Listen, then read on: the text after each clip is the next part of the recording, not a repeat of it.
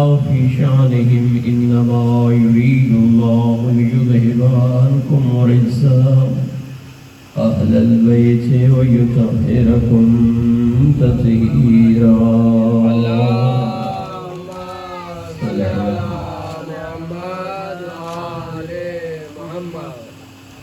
ولعنة الله على أعدائهم ورحمة الله على أحبابهم أما بعد قال الله تبارك وتعالى في أحسن المقال بسم الله الرحمن الرحيم يا أيها الذين آمنوا صلوات الجبل اللهم صل على محمد وآل محمد دعا کرتے ہیں کائنات کا خالق و مالک اللہ صاحبان عزا کا یہ فرض سے عرش عزا بچھایا ہوا اپنی بارگاہ میں قبول فرمائے اور خداوند قدوس ان بھائیوں کے ساتھ کو سلامت فرمائے دنیا کے تمام تر شروں اختلاف سے محفوظ فرمائے اور خداوند قدوس ہم سب کی توفیقات خیر میں اضافہ فرمائے جہاں جہاں بھی اس وقت عزاداری ہو رہی ہے مظلوم کربلا کا تذکرہ کیا جا رہا ہے واعظین ہوں مقررین ہوں علماء ہوں خطباء ہوں منقبت خان ہوں عزادار ہوں ماتمی ہوں اللہ سب کی حفاظت فرمائے یہاں کے سیدہ زہرا اللہ سارے کے گھروں کو آباد فرمائے ہادی برحق امام زمان کی ظہور میں اللہ تاجیل فرمائے ان تمام دعاؤں کے ساتھ ساتھ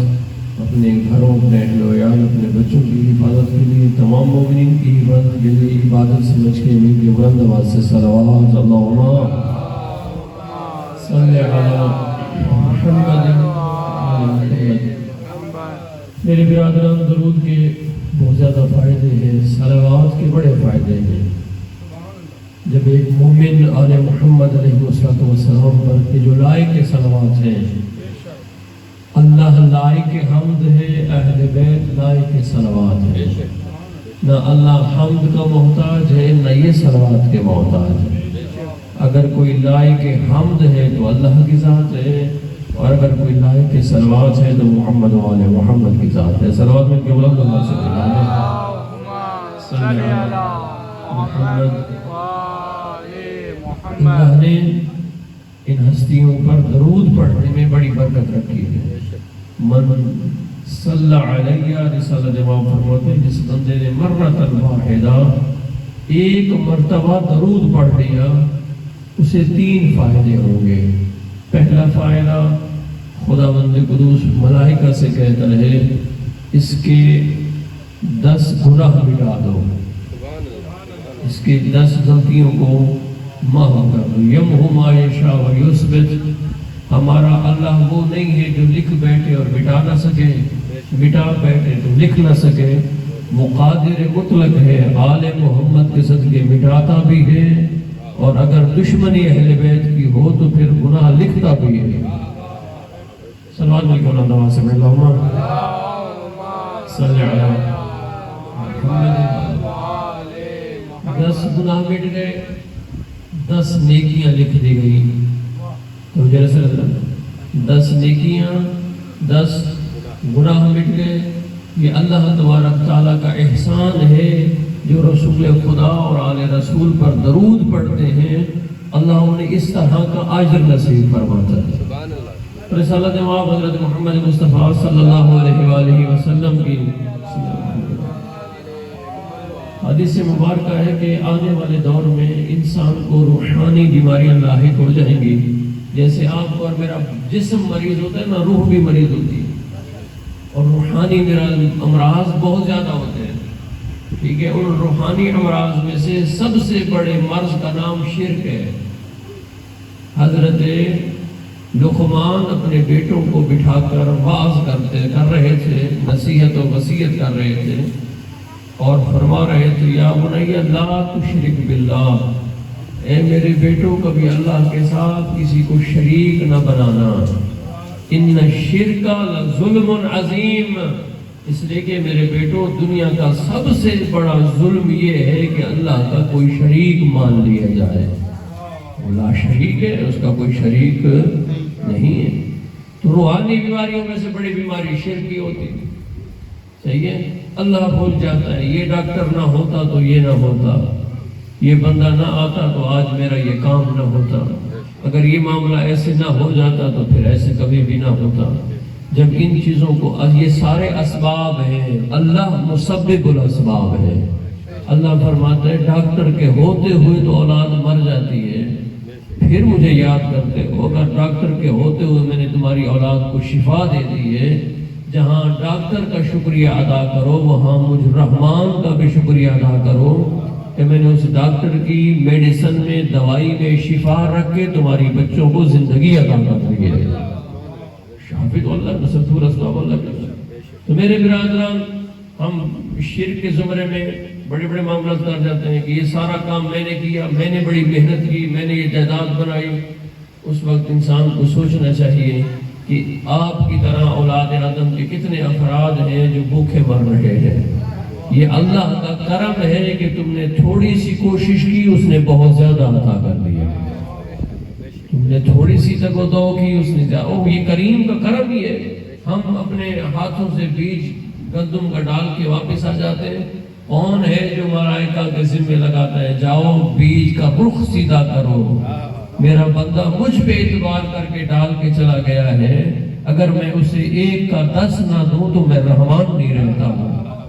بیج کو سیدھا کیا جاتا ہے، پھر اس کے اندر سے کونکل نکالی جاتی ہے. ایک بیج سے 7 بالیوں والی شاخ نکلتی ہے اور ہر بالی کے اندر 100 دانے ہوتے ہیں.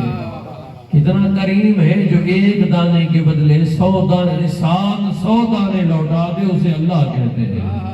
صلوات میں کیوں اللہ سے پڑھ اللہم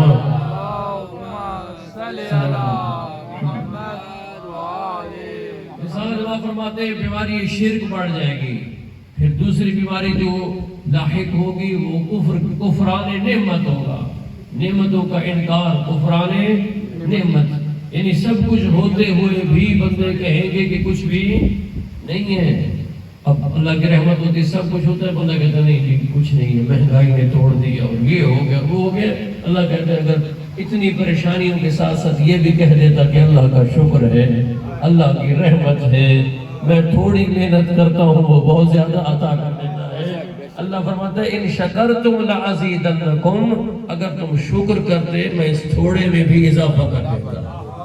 ان شکرتم لازیدنکم، اگر تم شکر کرتے تو میں اس تھوڑے سے مال میں بھی اضافہ کرتا. میرے برادران، اب خداوند کفر کی نعمت، یہ کفر کی بیماری بڑھ جائے گی. نعمات کا کفران نعمات ہوگا، نعمتوں کا انکار ہوگا، ہوتے ہوئے بھی بندہ کہے گا کچھ بھی نہیں ہے. اور تیسری بیماری منافقت کی بڑھ جائے گی. 2 رنگی ہوگی، 2 زبانی ہوگی، 2 رائی ہوگی. اس انداز سے چہرہ کچھ اور باطن کچھ نظر آئے گا. رسول خدا فرماتے ہیں جب اس طرح کی 3 بڑی بیماریاں اولاد آدم کو لاحق ہو جائے تو انسان کو چاہیے مجھ پر اور میری آل پر، رسول خدا فرماتے ہیں کثرت سے درود پڑھے. وہ درود پڑھے گا اللہ انہیں اس بیماریوں سے بچا لے گا. بلندتر صلوات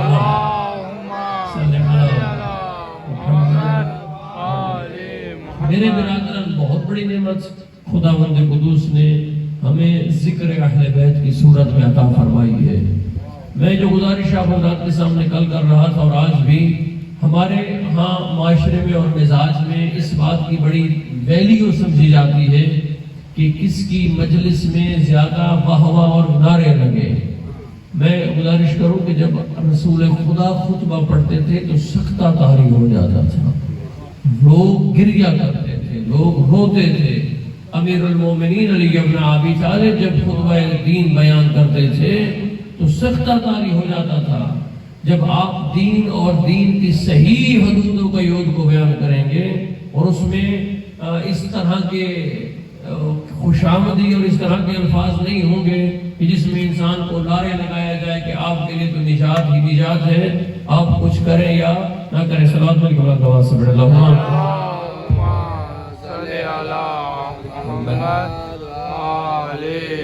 انشاءاللہ سارے مل کے پھر اللہ صلی اللہ علیہ وسلم صلی علی محمد وآل میرے برادر کل تذکرہ ہو رہا تھا، خداوند قدوس نے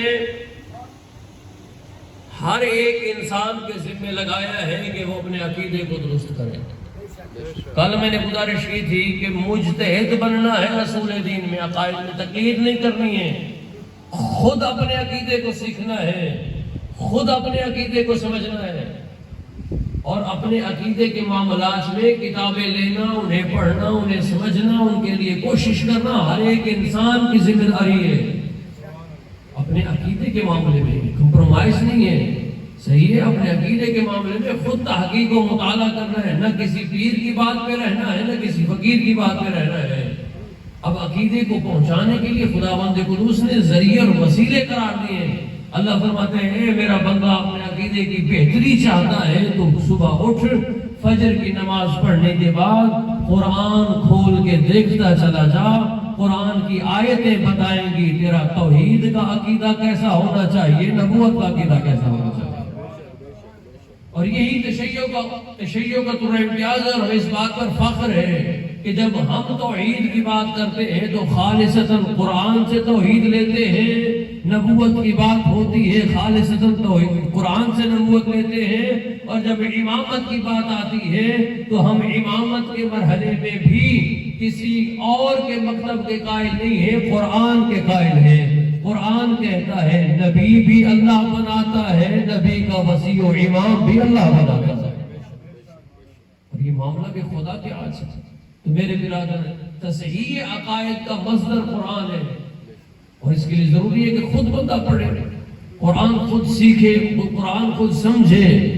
اور ہمارے معاشر المجتمع میں تو عجیب سی فضا قائم ہے کہ قرآن نہ پڑھنے والے کو بھی مومن کہتے ہیں، جس نے زندگی میں قرآن کھول کے نہیں دیکھا اسے بھی مومن کہا جاتا ہے۔ کیسے ممکن ہے؟ رسول خدا نے فرمایا تھا اہل بیت اور قرآن نجات کا ذریعہ ہے۔ انی تارکم فیکم الثقلین کتاب اللہ و عترتی اہل بیت ان تمسکتم بہما لن تضلوا بعدی ابدا۔ دو چیزیں ہیں، ایک قرآن ہے، دوسرا 14 کا فرمان ہے۔ قرآن کے پاس جاؤ گے تو وہ 14 کے دروازے پہ لے جائے گا، 14 کے پاس جاؤ گے تو وہ قرآن پر لے آئیں گے۔ اور آپ کے اور میرے 8ویں امام امام رضا علیہ السلام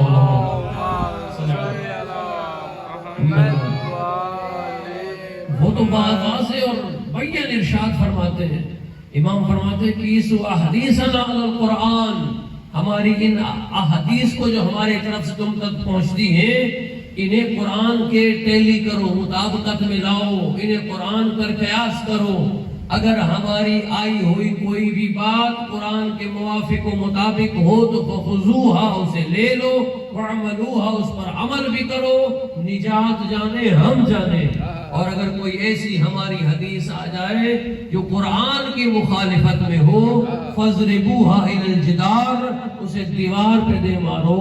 ہم 14 کبھی قرآن کی مخالفت نہیں کریں گے، قرآن ہماری مخالفت نہیں کریں گے۔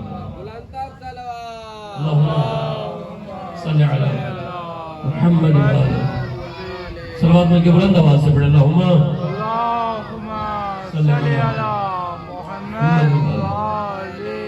عقیدے کے مرحلے میں خود تحقیق کرنی ہے، خود محقق بننا ہے، خود سوچنا ہے، خود جاننا ہے، اس لیے کہ رب آپ کا ہے تو عقیدہ بھی آپ کا ہونا چاہیے، نبی آپ کا ہے تو عقیدہ بھی آپ کا ہونا چاہیے۔ اور آپ کے عقیدے سے یہ مراد نہیں ہے کہ جو آپ کو سمجھ آئے وہ عقیدہ، نہ وہ جو اللہ سمجھانا چاہتا ہے، 14 معصومین بتانا چاہتے ہیں، قرآن واضح کر کے بیان کر رہا ہے، جسے عقل سلیم تسلیم کرتی ہے۔ جو واضح اور بین عقیدہ ہو اس کو جان کر صحیح طریقے سے پہچان کر ایمان رکھا جائے تاکہ دنیا سے جاتے ہوئے پچھتاوا نہ ہو، مطمئن اور مومن ہو کر دنیا سے جائے، جسے سمجھا ہے وہی میرا خدا ہے، محمد مصطفیٰ میرا نبی ہے، علی میرا امام و پیشوا ہے۔ ابھی ہمارے ہاں استحباب ہے کہ جب میت کو قبر میں لٹا دیا جاتا ہے تو اس کے کندھوں سے پکڑ کر مولوی صاحب سے کہا جاتا ہے کہ آپ پڑھیں، یہ بھی ایک کمال ہے کہ تلقین بھی مولویوں کے ذمہ ہے۔ ہاں، لڑتے انہی سے ہیں اور مرتے وقت بھی انہی سے کہہ رہے تھے کہ ہمیں بتاؤ کہ ہمارا امام کون ہے، ہمارے مردے کو بھی آپ بتاؤ کہ ہمارا امام کون ہے۔ کم از کم اس وقت تو اگر بیٹا دفن کر رہا ہے تو بیٹا بتایا تیرا امام علی ہے، تیرا امام حسن ہے، تیرا امام حسین ہے۔ میرے برادران، یہ تلقین ہمیں زندگی میں یاد کرنی ہے۔ اس تلقین کا تعلق زندوں سے، مردہ سے نہیں ہے۔ جس نے زندگی میں تلقین کو نہیں سمجھا، مرنے کے بعد اسے کیا فائدہ ہونے والا ہے؟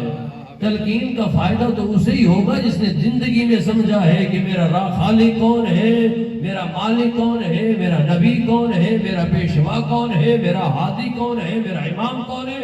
جس نے زندگی میں تلقین کو سمجھا، اگر مر گیا ہے پڑھیں گے تو فائدہ ہوگا، تذکرن ہو جائے گا۔ نہیں بھی پڑھیں گے تو بھی اسے پتا ہوگا کہ میرے امام کا نام علی ابن ابی طالب ہے۔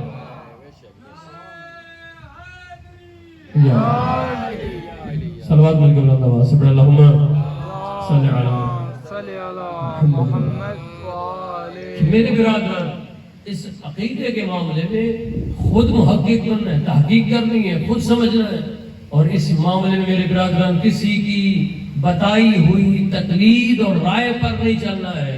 ہاں، فروع دین کا معاملہ ہو تو پھر آپ خود مجتہد بن جائیں، تقلید کریں، احتیاط کریں، لیکن عقیدے میں خود محقق بننا ہے، خود تحقیق کرنی ہے، خود مطالعہ کرنا ہے، خود جاننا ہے، تاکہ دنیا سے یا لیت کہتا ہوا بندہ نہ جائے، بلکہ یہ اعلان کرتا ہوا جائے کہ میں تو کامیاب جا رہا ہوں، میں تو کامران دنیا سے جا رہا ہوں۔ اور اس کے حوالے سے میرے برادران، ہمارے جو دین کی بنیاد ہے وہ اسی اصول دین پر جو معروف ہمارے پاس 5 ہیں۔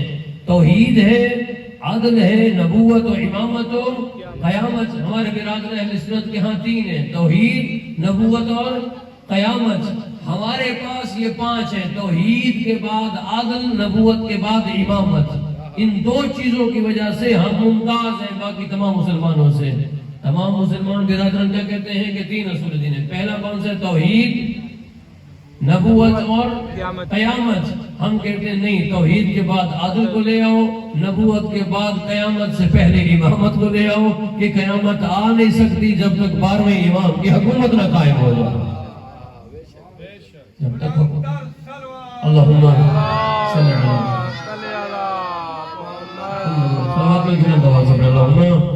صلی علی محمد وآلہ۔ ہم ان 2 اصولوں کی وجہ سے ممتاز ہیں۔ یہ جو ہمارے 5 اصول دین ہیں، ان میں پہلا توحید ہے۔ توحید موضوع کائنات ہے، توحید مقصد خلقت انسان و بشریت ہے۔ اللہ نے کیا فرمایا؟ وما خلقت الجن والانس الا لیعبدون۔ میں نے خلق کیا جن و انسانوں کو، مقصد یہ تھا کہ میری عبادت کریں۔ اور عبادت چھٹے امام امام جعفر صادق علیہ السلام سے دریافت کیا کہ مولا عبادت کا معنی کیا ہے؟ فرمایا عبادت معرفت پروردگار ہے، عبادت خدا کے بارے میں جاننا ہے، معرفت حاصل کرنا ہے، اسے پہچاننا کہ جو انسان کے وجود کا خالق ہے۔ اور کتنا عظیم ہے 14 کا مکتب، جس نے ہر موڑ پر اس اللہ کی معرفت کروائی ہے۔ جنگ ہو رہی ہے، جنگ صفین، امیر المومنین علی ابن ابی طالب کے ہاتھوں میں ہے ذوالفقار، علی جنگ لڑ رہے۔ علی جنگ میں بھی ہو تو علی نظر آتا ہے، علی محراب میں ہو تو بھی علی نظر آتا ہے، علی میدان سخاوت میں ہو تو بھی علی نظر آتا ہے، علی مقام عبادت میں ہو تو بھی علی نظر آتا ہے، علی منبر پہ ہو تو سلونی کا صاحب نظر آتا ہے، علی ابن ابی طالب کعبے میں آئے تو کعبے کا گوہر نظر آتا ہے، اور مصطفیٰ کے گھر شادی ہو جائے تو زہرا کا شوہر نظر آتا ہے۔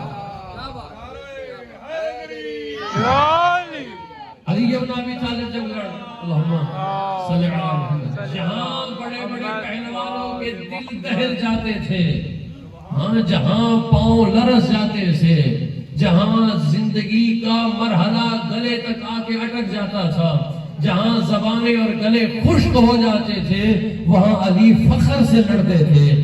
جناب میثم تمار نے یا جناب عمار نے علی ابن ابی طالب سے پوچھا، اے مولا آپ کو ہم نے دیکھا ہے لوگ جس جنگ میں آ کر گھبراتے ہیں آپ مسکراتے ہیں.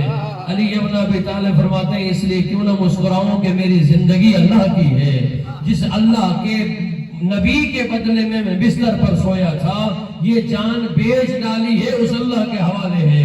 اب وہ میرا محافظ ہے. مسکرا کے لڑتا اس لیے ہوں کہ وہ جانے علی کی جان جانے. علی ابن ابی طالب اس انداز سے لڑ رہے ہیں, تلواروں سے تلواریں جڑی ہوئی. ایک بدو آگے بڑھ کے آ گیا اور کہا یا خلیفۃ المسلمین, اے مسلمانوں کے خلیفہ آپ جنگ لڑ رہے ہیں, یہ جو آپ کہتے ہیں آپ کا اللہ واحد ہے اس واحد کا معنی کیا ہے؟ دوران جنگ پوچھ رہا ہے. ہاں جناب علی ابن ابی طالب کا شعر جسے مالک اشتر کہتے ہیں, علی کے امام ہونے پہ فخر کرنا یہ کمال نہیں ہے, علی اپنے غلام پہ فخر کرے یہ کمال ہے.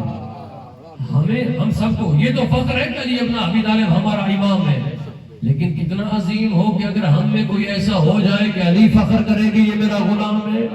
تاریخ کہتی ہے اگر ان مراتب اور مقامات پر کوئی ہستیاں پہنچی ہیں تو ان میں سے پہلے نمبر پر مالک اشتر ہے. مالک اشتر کے بارے میں علی کہا کرتے تھے میرا بازو ہے, میری جان کا نام مالک اشتر ہے. علی ابن ابی طالب فرماتے یا ایھا الانسان ما ادراک ما المالک, تجھے کیا پتا کہ مالک کیا ہے؟ ولو کان جبلا لکان فندن, اگر پہاڑ ہوتا تو دنیا کے بڑے پہاڑوں میں سے ہوتا, اگر گوہر ہوتا تو قیمتی ترین گوہر ہوتا. کان علی کما کنت لرسول اللہ, مالک اشتر میرا ویسے ہی مددگار تھا جیسے میں مصطفیٰ کا مددگار. مالک اشتر ویسے ہی میرا ناصر مددگار تھا جیسے میں رسول اللہ کا ناصر مددگار. مالک اشتر مولا کے ساتھ ساتھ ہے. امیر المومنین نے جب اس بدو کا سوال سنا, توحید خدا پر سوال ہے, میرے مولا نے آ کر اسے اٹھا لیا. ایک ہاتھ سے اسے اٹھایا ہوا ہے, دوسری ہاتھ تلوار جنگ لڑ رہے ہیں, دوسرے ہاتھ سے مالک اشتر قریب ہے. کہا مولا یہ بدو ہے, یہ عرب کا جاہل ہے, اسے پتہ نہیں ہے کہ آداب سوال کیا ہوتے ہیں, سوال کہاں پوچھا جاتا ہے. جنگ کے دوران بھی سوال پوچھ لیا کہ نہ اپنی جان کی پرواہ ہے نہ جس سے پوچھا جا رہا ہے اس کے جان کی پرواہ ہے. آپ اسے چھوڑ دیں, جنگ لڑے. علی ابن ابی طالب فرماتے ہیں مالک اگر اس جنگ کے دوران علی توحید نہ سمجھائے قیامت تک پتہ کیسے چلے گا کہ علی لڑا کیوں تھا, علی کی جنگ کا مقصد کیا تھا. امیر المومنین سے کہتے ہیں اے عرابی, ہم جب اللہ کو واحد کہتے ہیں واحد کے چار معنی ہیں. واحد کتنے معنی ہیں؟ چار معنی. اب اتنی بڑی فلسفیانہ گفتگو مولانا سے سمجھائی ہے. علی فرماتے ایک واحد عددی ہوتا ہے, جیسے 1 2 3 4 یہ اعداد ہیں. ایک واحد عددی ہوتا ہے اور ایک واحد جنسی ہوتا ہے. جیسے ہم سب انسان بیٹھے ہیں, ہم میں سے ہر ایک انسان جنس میں سے یعنی انسانوں میں سے ایک انسان. مولا فرماتے جب ہم اللہ کو واحد مانتے ہیں, نہ واحد عددی مانتے ہیں نہ واحد جنسی مانتے ہیں, نہ یہ مانتے ہیں کہ ایک اللہ اس کے بعد دوسرا اللہ تیسرا اللہ, نہ اس معاملے کے قائل ہیں نہ اس کے قائل ہیں کہ بہت زیادہ اللہ ہے ان میں سے ہمارا بھی اللہ ہے. علی فرماتے ہیں ہم اسے اللہ مانتے ہیں جس جیسا نہ کوئی ہے نہ ہو سکتا ہے. لیسا کمثلہ شیء, کوئی شے اس کی مثال و تمثیل نہیں ہے. امیر المومنین نے اس انداز سے توحید سمجھایا اور کائنات کی خلقت کا سبب بھی معرفت توحید ہے.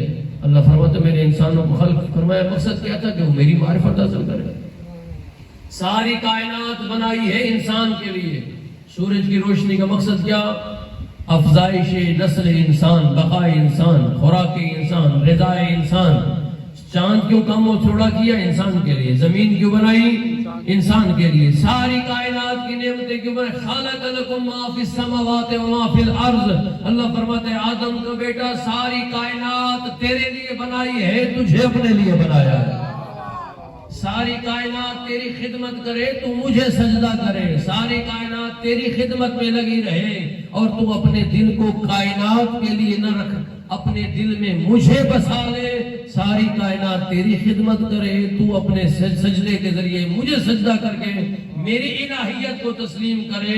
کائنات خدمت میں لگے تو کمال ہے, تو سجدہ کرے تو کمال ہے. صلوات میں بلند آواز سے اللہم صلی علی محمد. میرے برادران, اس پہلے مرحلے توحید میں امام حسن مجتبیٰ کو بٹھایا ہوا ہے. مولا کائنات علی اللہم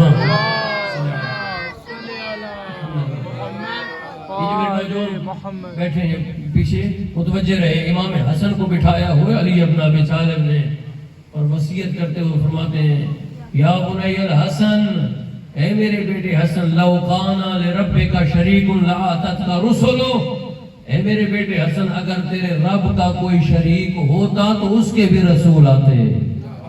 یہ جتنے بھی رسول آئے ہیں یہ تو ایک ہی خدا کی طرف سے آئے ہیں نا. اگر کوئی اور اللہ بھی ہوتا تو وہ بھی اپنے رسول بھیجتا. یعنی کسی اور کی طرف سے رسولوں کو نہ آنا یہ دلیل ہے کہ اللہ ایک ہے. لو کانا لربک شریک لآتتک رسلو ولرأیت آثار ملکہ، یہ ساری کائنات تو اس ایک اللہ نے بنائی ہے. اگر کوئی اور اللہ بھی ہوتا تو اس کی بھی خلقت کی کائنات ہوتی. دوسری کائنات کا نہ ہونا اس بات کی دلیل ہے کہ خالق کائنات یکتا و واحد ہے. صلوات علیہ وسلم دبا سے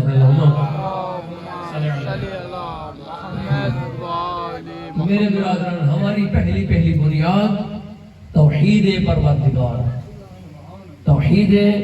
اور یہاں جملہ آپ کے سامنے کہتے چلوں، لوگوں نے تقسیم کیا ہوا ہے یہ اللہ والا ہے یہ علی والا ہے.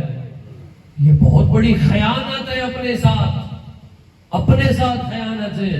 جو اللہ والا ہے وہی علی والا ہے، جو علی والا ہے وہی اللہ والا ہے. اللہ نہیں ملتا اگر علی نہ ملے، علی نہیں ملتے جب تک خدا راضی نہ ہو جائے.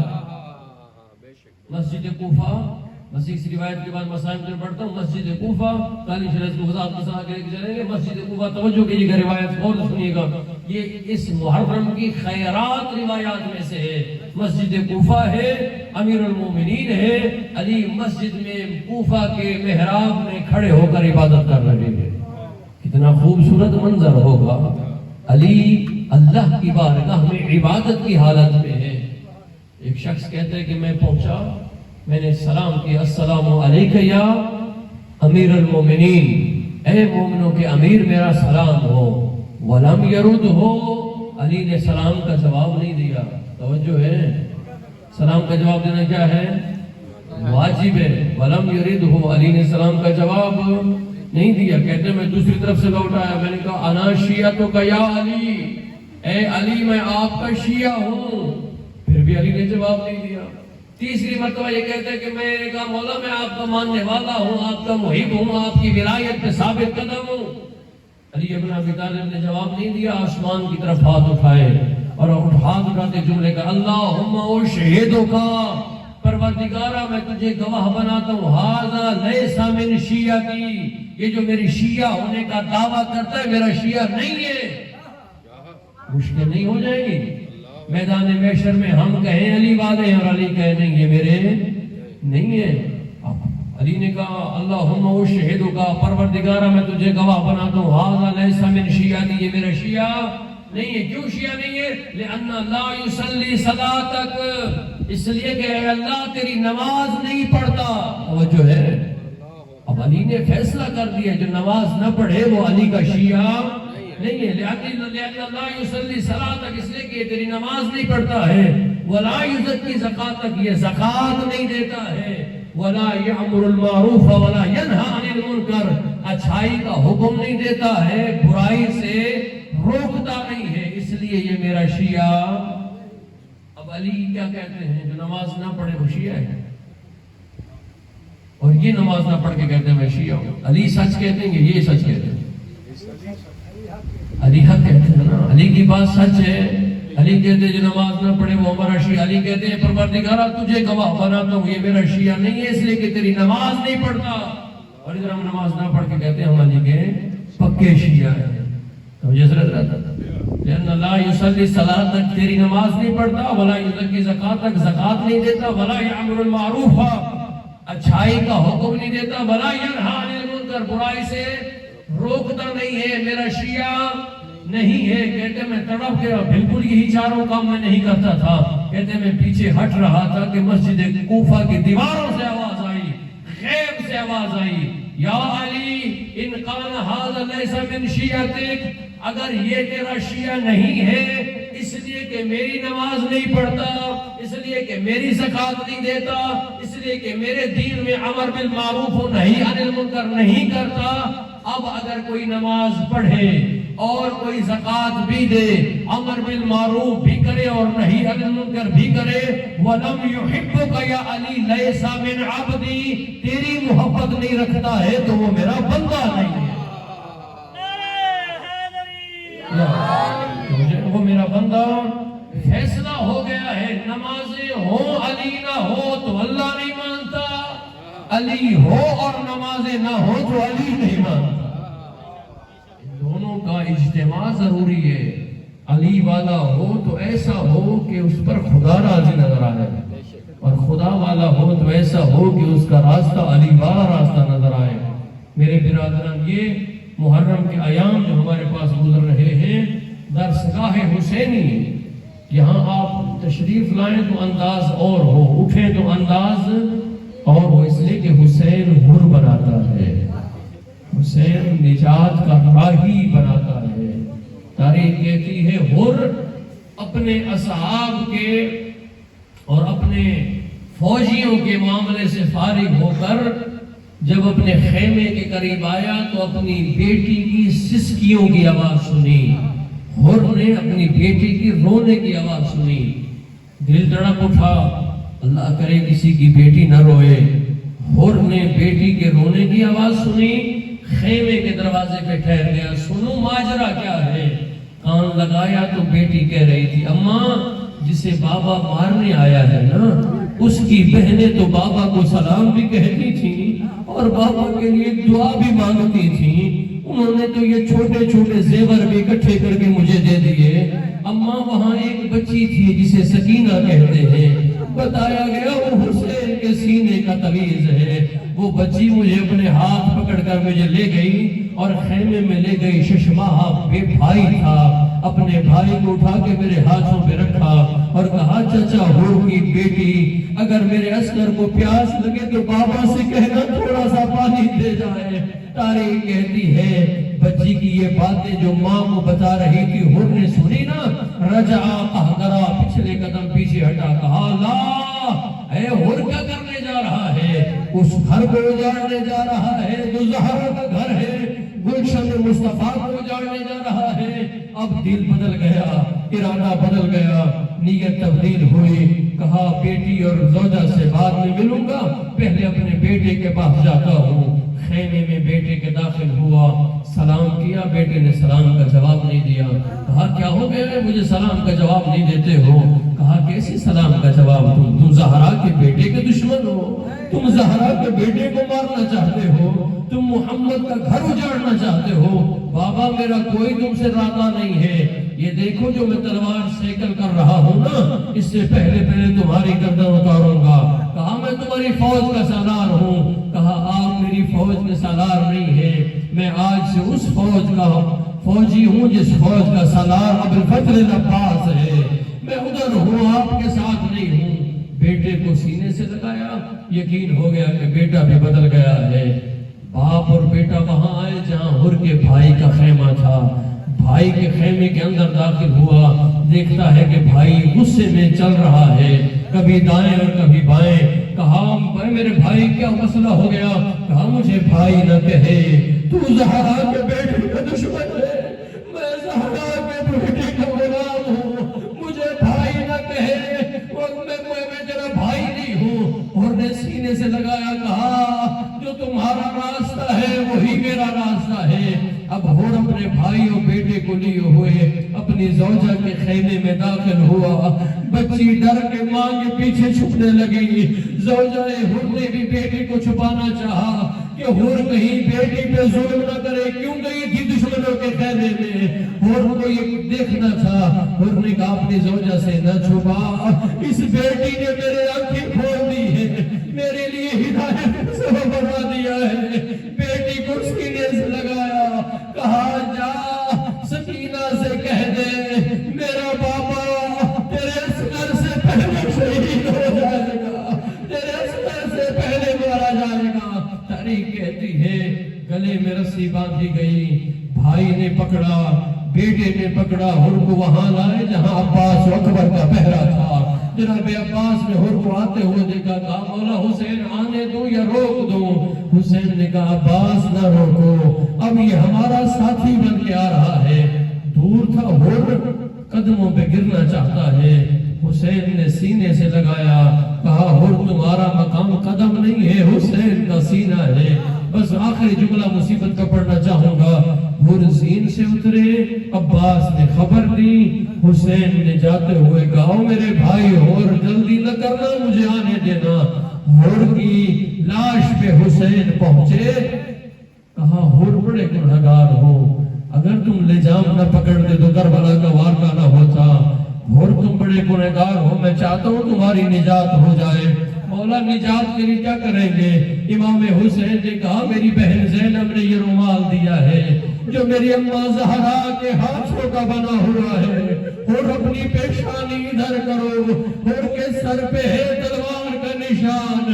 حسین نے وہ رومال، بڑے بڑے زخمی ہونے تھے، عباس ہونا تھا زخمی، اکبر نے بھی ہونا تھا زخمی، حسین نے ماں کا رومال کسی کے لیے نہیں رکھا، حر کو باندھا ہے۔ یہ وجہ بھی تو ہو سکتی ہے نا، حسین نے رومال حر کو باندھا اس لیے کہ حر کے زخم کم تھے، عباس کی کس کے زخم پہ رومال باندھتے، علی اکبر کے کس کے زخم پہ رومال باندھتے؟ تاریخ کہتی رومال باندھا امام حسین نے حر کی پیشانی پر، اور جملہ کہا بوسہ دیتے ہو حر میں وعدہ کرتا ہوں تمہاری سانسیں جب کھڑے گی ملائکہ ادب و احترام کے لیے آ جائیں گے، میرا نانا بھی تمہارا احترام کرے گا اور میرا سلام کہنا، فن ملائکہ میدان محشر میں تمہیں ادب سے دیکھیں گے۔ حر نے کہا مولا کیوں؟ کہا تمہاری پیشانی پہ میری اماں زہرا کا رومال بندھا ہوا ہے۔ میں کہوں گا مولا آج آپ کو اتنا یقین ہے کہ آپ کی ماں کے ہاتھ کے رومال کو کوئی دیکھے گا تو ادب کرے گا۔ کچھ دیر کے بعد وہی زہرا کی بیٹیوں کی چادریں تھی